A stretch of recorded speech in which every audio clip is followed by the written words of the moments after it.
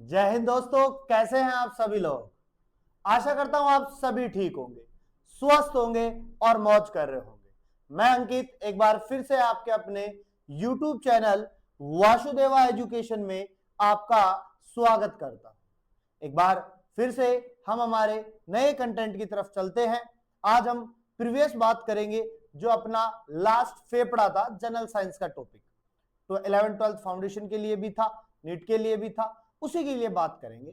और आज का जो हमारा टॉपिक रहेगा फेफड़े से जस्ट आगे कूपिकाओं की बात करेंगे कि कूपिकाएं क्या होती है। और स्टार्ट करें उससे पहले एक बात देखो बच्चों, वक्त कभी भी एक जैसा नहीं होता है, बदलता है। कल को जो अपने कहने वाले थे वो कब पराये हो जाते हैं और पराये लोग कब अपने हो जाते हैं किसी को पता नहीं चलता है। तो वक्त की वैल्यू बहुत ज्यादा है, इस वक्त को समझना बहुत जरूरी है। चलो चलते हैं स्क्रीन के ऊपर। तो सामने लिखा हुआ है कूपिका। अच्छा, कूपिका क्या होती है उसकी बात करो तो याद करो, मैंने एक एक पॉइंट आपको फेफड़े के अंदर समझाया था। तो कूपिकाओं के लिए पहली बात लिखेंगे लंग्स की संरचनात्मक, क्या बेटा, संरचनात्मक व क्रियात्मक इकाई होती है।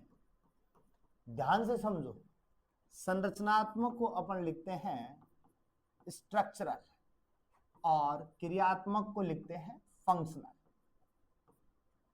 कि स्ट्रक्चरल और फंक्शनल यूनिट जो है वो कौन है, कूपिका। विदाउट कूपिका लंग्स भी कार्य नहीं करेगा, समझ रहे हो बात को। और बेटा एक चीज और बताऊं, जो स्मोकिंग करते हैं, जो स्मोकिंग करते हैं और स्मोकिंग के दौरान जो धुआं फेफड़ों के अंदर जाता है ना, वो इन्हीं कूपिकाओं के अंदर आकर के जमा होता है, इन्हीं कूपिकाओं को खराब करता है। और यही वो कूपिका है जो CO2 व O2 का परिवहन करती है। तो मान के चलो फेफड़े को नुकसान नहीं, कूपिकाओं को।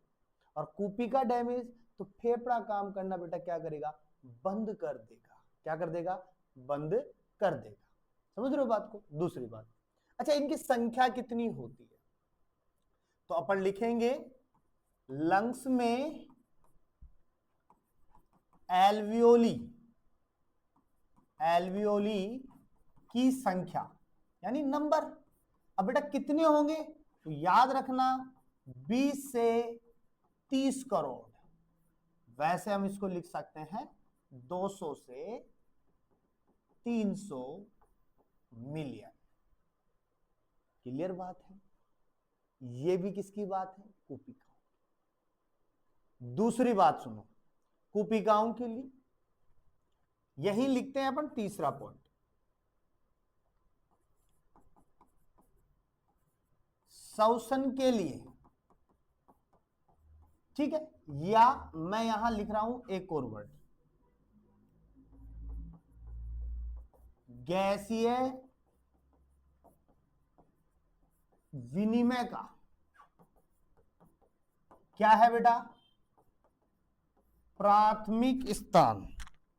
क्या है बेटा, प्राथमिक स्थान, यानी प्राइमरी पैलेस ऑफ रेस्पायरेशन या गैसीय विनिमय कौन होगा, एल्वियोली। कौन होगा, एल्वियोली होगा। समझ रहे हो बात को। अच्छा अब बात करें एक और पॉइंट की, ये जो कूपिका है, ये जो कूपिका है तो हम लिखेंगे कूपिका की आंतरिक भित्ति, इंटरनल वॉल या आंतरिक दीवार किससे बनी होती है, तो अपन लिख देंगे बेटा यहां पे सल की उपकला से। किससे बनी होती है, सल की उपकला उत्तक से। सल की कौन सा होगा, तो सरल होगा। कौन सा होगा, सरल होगा। यहां पे कौन सा होगा बेटा, सरल होगा। अच्छा एक चीज और बताऊं मैं आपको, देखो यहां पर अगर हम चाहें तो एल्वियोली का एक डायग्राम क्रिएट कर सकते हैं। तो देखो डायग्राम बनाने के लिए मैं सबसे पहले ये 2 लाइनें खींचता हूं, क्लियर बात है। अब इन 2 लाइनों के बाद में मैं एक गोल चक्कर खींचता हूं, खींच दिए। अब इस गोल चक्कर में कुछ जगह मैं इसको काट देता हूं, ठीक है बेटा। अब मैं इसको थोड़ा सा और रिप्रेजेंट कर देता हूं, देखो अलग अलग जगह से।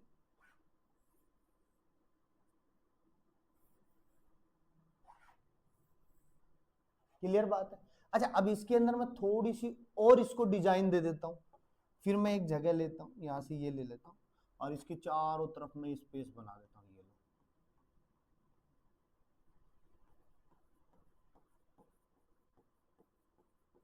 बन रहा है ना बेटा, देखो पूरे में आ जाएगा ये पूरे में गोल गोल चक्कर आ जाएगा इसके सारे तरफ। ये है न्यूमेटोसाइट। क्या है? न्यूमेटोसाइट। क्या है बेटा? न्यूमेटोसाइट। ये लो, ये न्यूमेटोसाइट हमने क्रिएट कर दिए चारों तरफ। ये लो, ये बना दिया।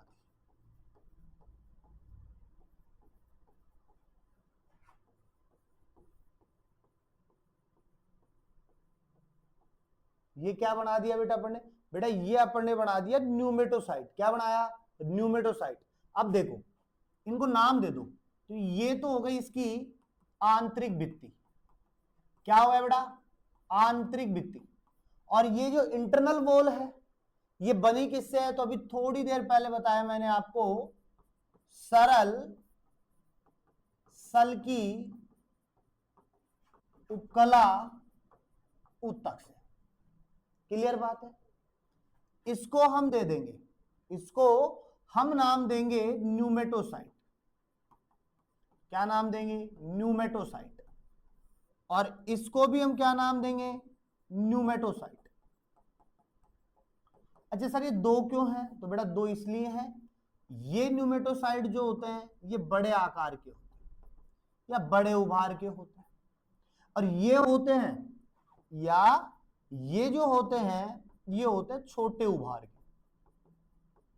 कैसे होते हैं? छोटे उभार के। अच्छा ये जो न्यूमेटोसाइट है बड़े उभार का, इसका काम क्या है? तो हम बेटा लिखेंगे पृष्ठ तनाव को कम करता है। पृष्ठ तनाव को क्या कर रहा है? कम कर रहा है। तो देखो और कम कर दो, ये लो, ये कम कर दिया। अच्छा गैसीय विनिमय में कौन सा भाग लेगा?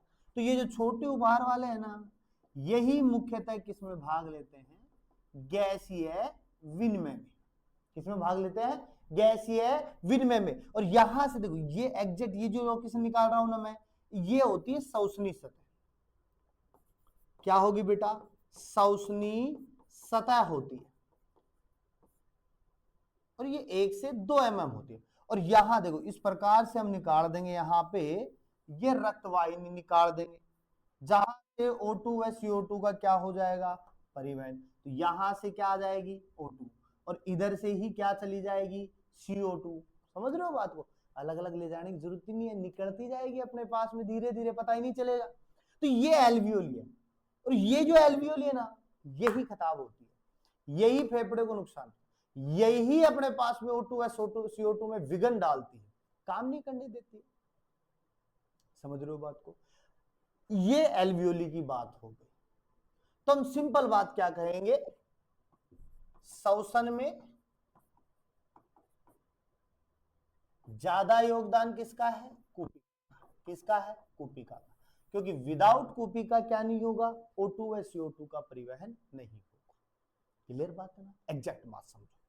इसके बाद में अपन नेक्स्ट चैप्टर लेते हैं या नेक्स्ट पेज लेते हैं, और उसमें हम पढ़ते हैं इसी टॉपिक के आगे। तो मैंने क्या कहा था बेटा, ये जो फेफड़ा है, यहां जो फेफड़ा है वो किस पे पड़ा है? वक्षीय भाग में। और यहां वक्षीय भाग के लिए मैंने क्या बताया था बेटा? वक्षीय पिंजरा। क्या बताया था? वक्षीय पिंजरा बताया था। तो मैं यहां क्या लिखूंगा बेटा? यहां मैं क्या लिखूंगा? तो सिंपल लाग लिखूंगा, लंग्स जो है, लंग्स वक्षीय पिंजरे में सुरक्षित रहता है। कहां रहता है? वक्षीय पिंजरे में सुरक्षित रहता है, पहली बात। अच्छा एक्चुअल में वक्षीय पिंजरा है क्या? तो मैंने यहां पर आपको 4 भाग बताए थे। कितने भाग बताए थे? 4 भाग बताए थे। ठीक है, अच्छा उन्हीं की बात करते हैं। तो देखो मैं एक पॉइंट लगाता हूं, एक पॉइंट में मैं बात करता हूं कंठ की। जो कंठ है वो भी किस में है? वक्षीय पिंजरे में। दूसरी मैं बात करता हूं बेटा डायफ्राम की, ये भी किस में है? वक्षीय पिंजरे में। तीसरी मैं बात करता हूं यहां पे कशेरुक दंड की, वर्टिब्रल कॉलम की बात करते हैं। थर्ड मैं बात करता हूं बेटा यहां पे स्टर्नम उरोस्थी की बात करते हैं। और नेक्स्ट हम बात करते हैं पसलियों की, जो कितनी है? 12 पेयर है, यानी 24 है। अच्छा सर कंठ कौन से भाग पे स्थित है? तो बेटा हम लिखेंगे अग्र भाग पे। ये जो भाग है यहां कंठ है ना, ये कौन सा भाग हो गया? पहला भाग, यानी अग्र भाग। ठीक है, उसके बाद में हम देखेंगे बेटा डायफ्राम, ये कहां है? पश्चिम भाग में। और पश्चिम भाग कहां है? नीचे, नीचे ना फेफड़े से, तो पश्चिम भाग। अच्छा कशेरुक दंड कौन से भाग पे होगा? पृष्ठ भाग पे। उरोस्थी कहां होगी अपने पास में? अधर भाग पे, अधर पे होगी ना, वेंट्रल सरफेस पे। और पसलियां कहां होंगी बेटा? पार्श्व सतह पे, यानी लेटरल साइड में। तो इंग्लिश लिख दो इसकी, देखो अग्र भाग के लिए अपन लिख देंगे एंटेरियर, पश्चिम भाग के लिए लिखेंगे अपन पोस्टेरियर, पृष्ठ के लिखेंगे अपन डोर्सल सतह, अधर के लिए लिखेंगे बेटा वेंट्रल पार्ट, और पार्श्व के लिए लिखेंगे लेटरल पार्ट। समझ रहे हो बात को? तो ये इस प्रकार से वक्षीय पिंजरा बनाने की क्या है? तकनीक है। इस प्रकार से हम वक्षीय पिंजरे को आसानी से बना सकते हैं। क्लियर बात है ना? अब हम क्या करेंगे बेटा? अब इस हेडिंग को आगे बढ़ाते हैं। देखो अब हम हेडिंग लगाते हैं समातल। क्या लगाते हैं? समातल। अच्छा समातल से पहले मैं एक चीज और बताता हूं आपको, नोट लगा के बताता हूं। अगर दो पसलियों के बीच में, किसकी बात कर रहा हूं मैं? दो पसलियों के बीच में जो पसलियां हैं, दो पसलियों के बीच में जो पसलियां हैं, उनको हम बोलते हैं बेटा अंतरा प्रसुक पेशिया। अच्छा ये अंतरा प्रसुक पेशिया क्या होती है आप पूछोगे, और पूछो पहले मैं आपको लिखता हूं यहां पे अंतरा प्रसुक पेशिया। अब आप कहोगे बच्चा कि सर इसकी इंग्लिश भी बता दो हमें, तो हम बोल देंगे अंतरा का मतलब हो गया इंटर, अंतरा का मतलब क्या हो गया? इंटर। प्रसुक का मतलब हो गया कोस्टल, और पेशियों का क्या हो जाएगा? मसल। सभी को पता है। अच्छा इसको दो भाग बनाता हूं बेटा। कितने भाग बना रहा हूं? दो भाग। अब देखो इन दो भागों का क्रम क्या होगा? एक को हम बोलेंगे बेटा बाह्या, क्या बोल रहे हैं? बाह्या अंतरा प्रसुक पेशिया। ठीक है, पेशिया लगा लेना अपने हिसाब से।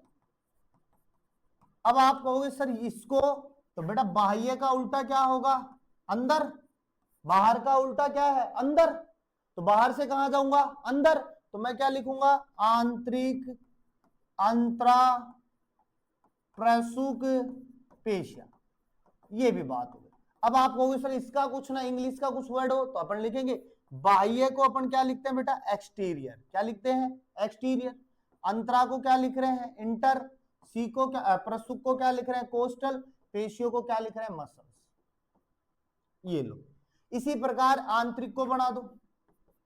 आंतरिक को क्या लिखेंगे? इंटीरियर या इंटरनल। तो इसको अपन इंटीरियर, इंटीरियर ही सही है। देखो अंतरा को क्या लिखेंगे बेटा? इंटर। प्रसुक को क्या लिखेंगे? कोस्टल। और पेशियों को क्या लिखेंगे? मसल्स। अच्छा सर ये तो हमारे लिए बहुत बड़ा हो गया, इसको छोटा करो ना, उसका कोई जुगाड़ बताओ। तो जुगाड़ बनाने के लिए अपन है ही, और इंडिया वैसे ही जुगाड़ में नंबर 1 है। जो काम कहीं नहीं होगा वो कहां होगा? इंडिया में। तो हम क्या करेंगे? इसको शॉर्ट बना देंगे। ई लिख दे, आई लिख दे, सी लिख दे, एम लिख दे। EICM। इधर क्या लिखेंगे बेटा? IICM। ये लो, पूरा मत याद करो, शॉर्ट याद रख लो। अंतराप्रसूक पेशियां कितने प्रकार की? 2 प्रकार। कौन सी? EICM और IICM। अच्छा, काम क्या है इनका? काम क्या है? तो एक चीज याद रखना, श्वसन में योगदान। किसमें योगदान? श्वसन में योगदान। ये जो वक्षीय पिंजरा है ना बेटा, इसमें संकुचन व असंकुचन करने का काम, शिथिलन व संकुचन का काम कौन करता है? यही अंतराप्रसूक पेशियां करती है। कैसे करेंगी उनकी भी बात करेंगे। तो फिर एक नया बनाते हैं अपन, और नया बनाने के लिए फिर हेडिंग लगाते हैं अपन समातन। क्या लिख रहे हैं? समातन। और समातन को अपन लिखते हैं ब्रीदिंग। क्या लिख रहे हैं? ब्रीदिंग। अब ब्रीदिंग ना समझ में बैठे बेटा, ब्रीदिंग ना समझ में बैठे बेटा, तो सीधी बात, सांस लेना, श्वास लेना या सांस लेना। समझ रहे हो बात को? अब हमें यह भी पता है कि सांस कैसे लेते हैं, वायुमंत्र से छोड़ दिए, तो ले रहे और छोड़ रहे, यही क्या है अपने पास में? सांस लेना और सांस छोड़ना। यही प्रोसेस क्या कहलाता है? ब्रीदिंग कहलाता है। क्या कहलाता है? ब्रीदिंग। पहली बात, एटीएम से O2 को लेना और फेफड़ों से CO2 को छोड़ना क्या है? समातन। तो याद रखना, एटीएम से O2 लोगे, फिर कहां भेजोगे? लंग्स तक भेजोगे, लंग्स से किसको बाहर निकालोगे? CO2 को बाहर निकालोगे। यही प्रोसेस क्या है? Breathing process. क्लियर बात है? अच्छा, अब बताओ, अब आपको सर ये कितने प्रकार का होता है? हमें तो एक बात ये भी समझ में नहीं आती। तो बेटा सीधी बात समझो, हमने क्या किया?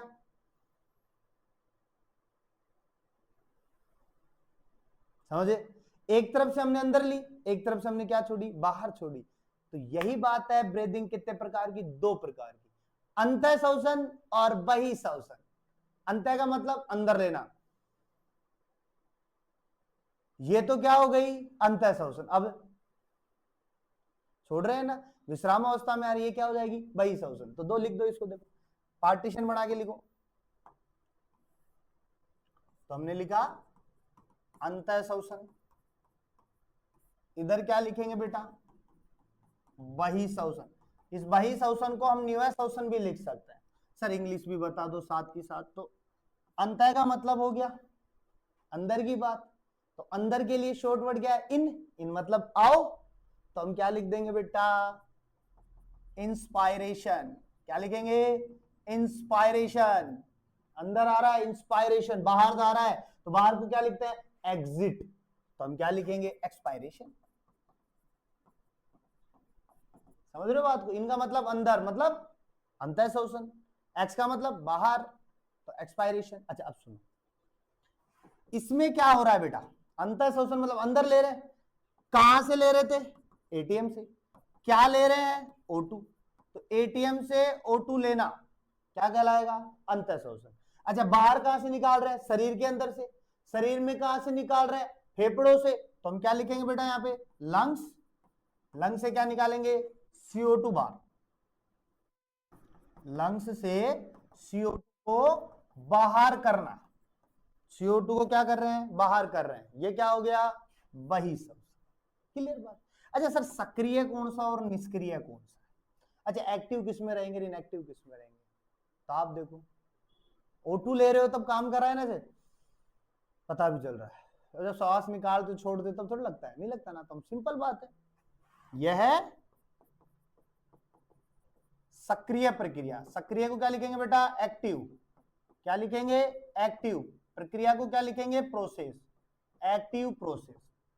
क्लियर? इधर आ जाओ, इधर क्या लिखेंगे? यह है निष्क्रिय प्रक्रिया है।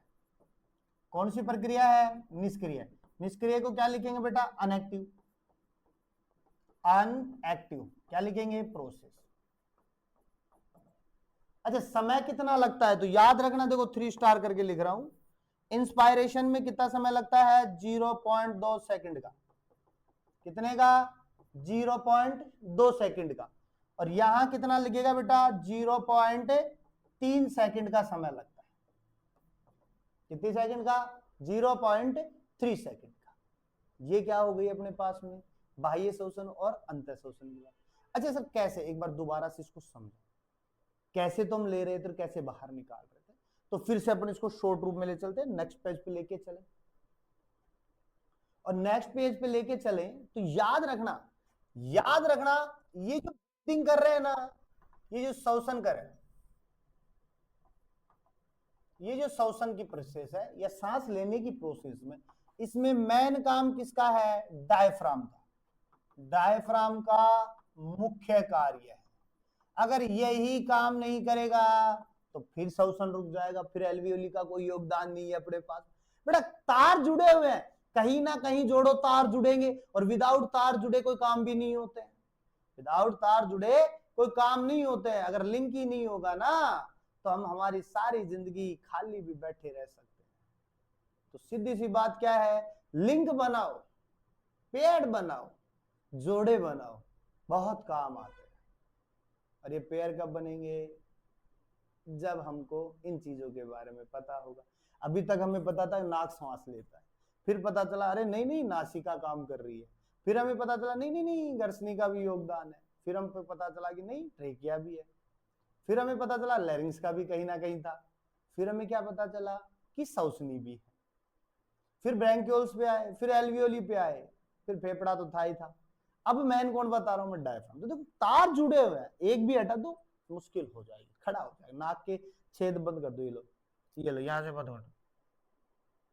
फील होता है ना, श्वास नहीं जाएगी तो बॉडी कब, समझ रहे हो, कब ऊपर पता ही नहीं चलेगा, समझ रहे हो?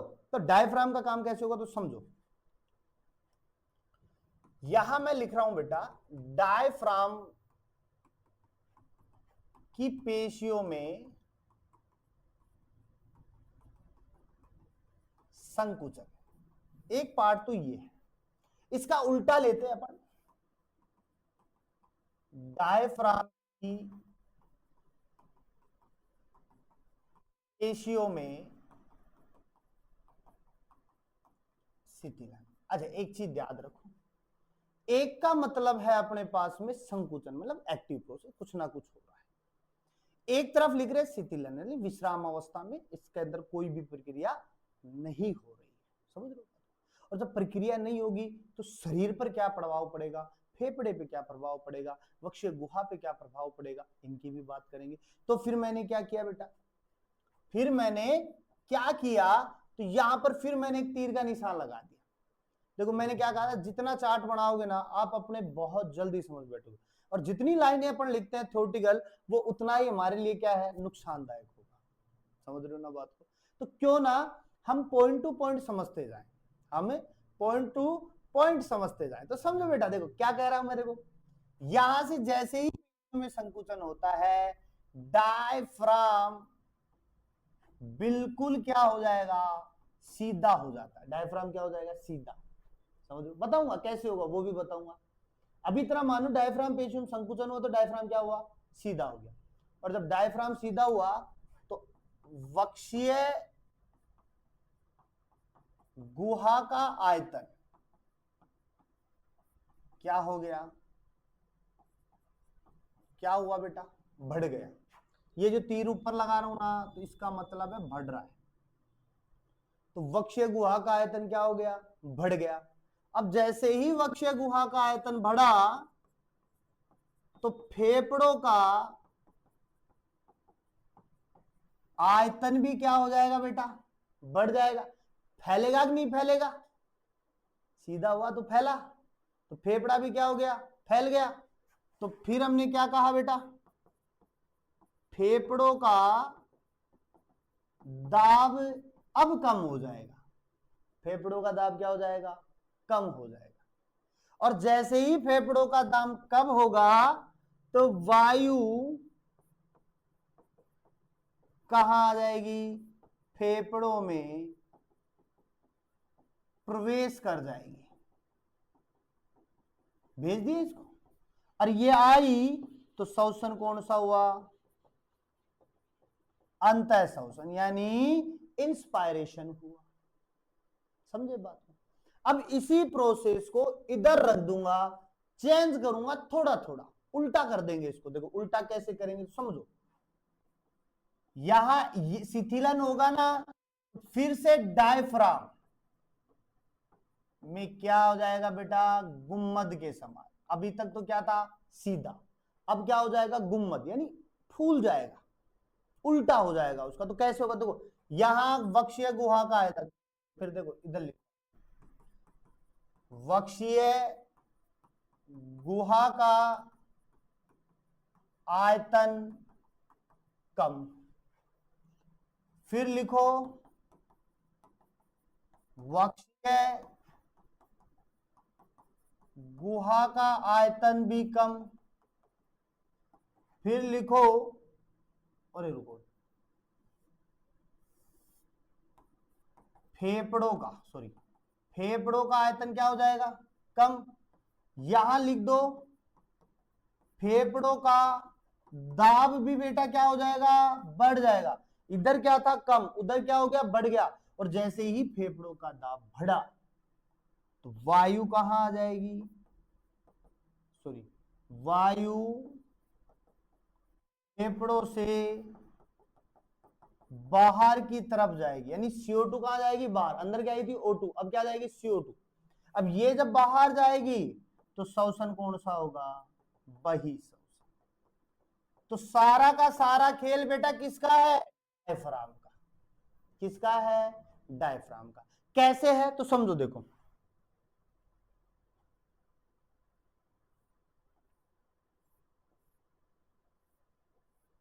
ये था, ये था, ठीक है। फिर एक तरफ और बना लेते हैं,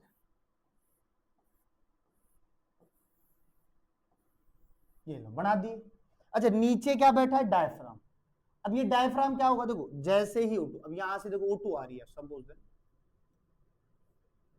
यहां से क्या आ रही है, O2, ये क्या आ रही है, O2, ये इधर क्या आ गई, O2, ये इधर क्या आ गई, O2, और यहां से ये कूपिकाओं की सहायता से ये O2 नीचे की ओर है, ये देखो ये फूलता जाएगा, ये फूल जाएगा, बढ़ रही है इसमें, ये फूल रहा है, तो फूल रहा है तो ये स्तर क्या हो जाएगा, बिल्कुल सीधा सपाट हो गया, जगह छोड़ देगा, आते रहो आते रहो आते रहो, ये बुलाएगा आओ आओ आओ, आ गया ना। अब जैसे ही आएगा तो यहां से ये वाला स्तर कैसे हो जाएगा, ऐसे,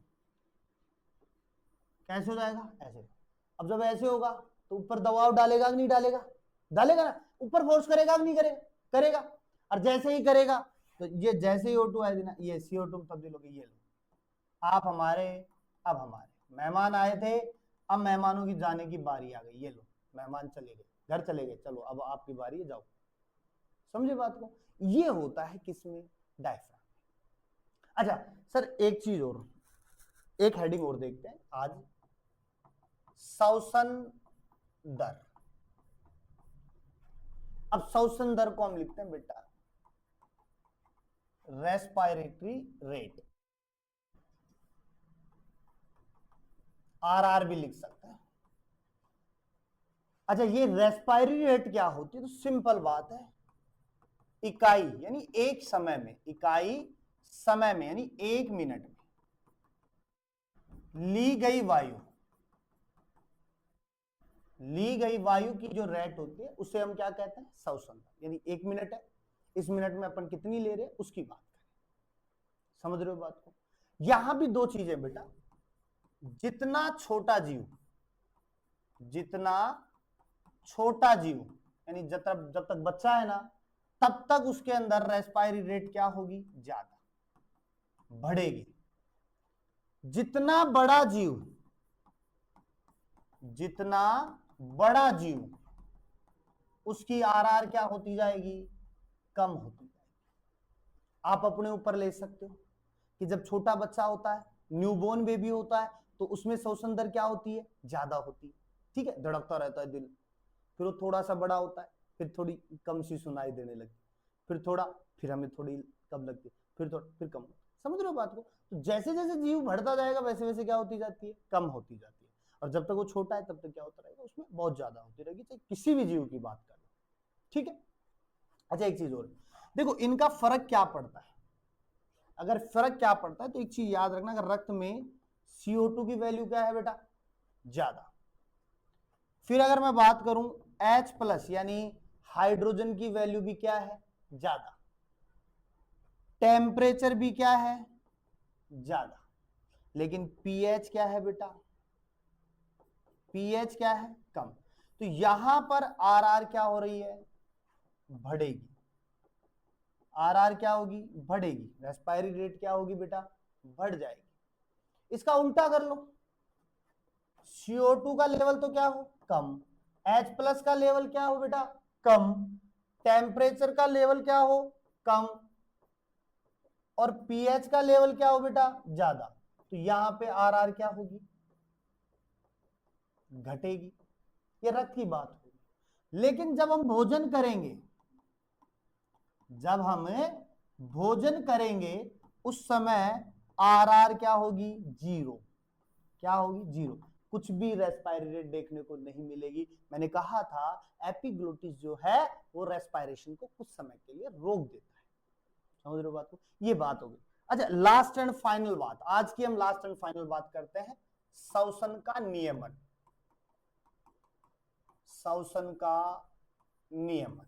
तो बेटा एक चीज याद रखना, जो कंट्रोल ऑफ रेस्पायरेशन है, श्वसन का कंट्रोल कौन करता है, तो याद रखना यहां हम कुछ वर्ड लिख रहे हैं, नियमन जो CNS। CNS का मतलब हो गया बेटा सेंट्रल नर्वस सिस्टम।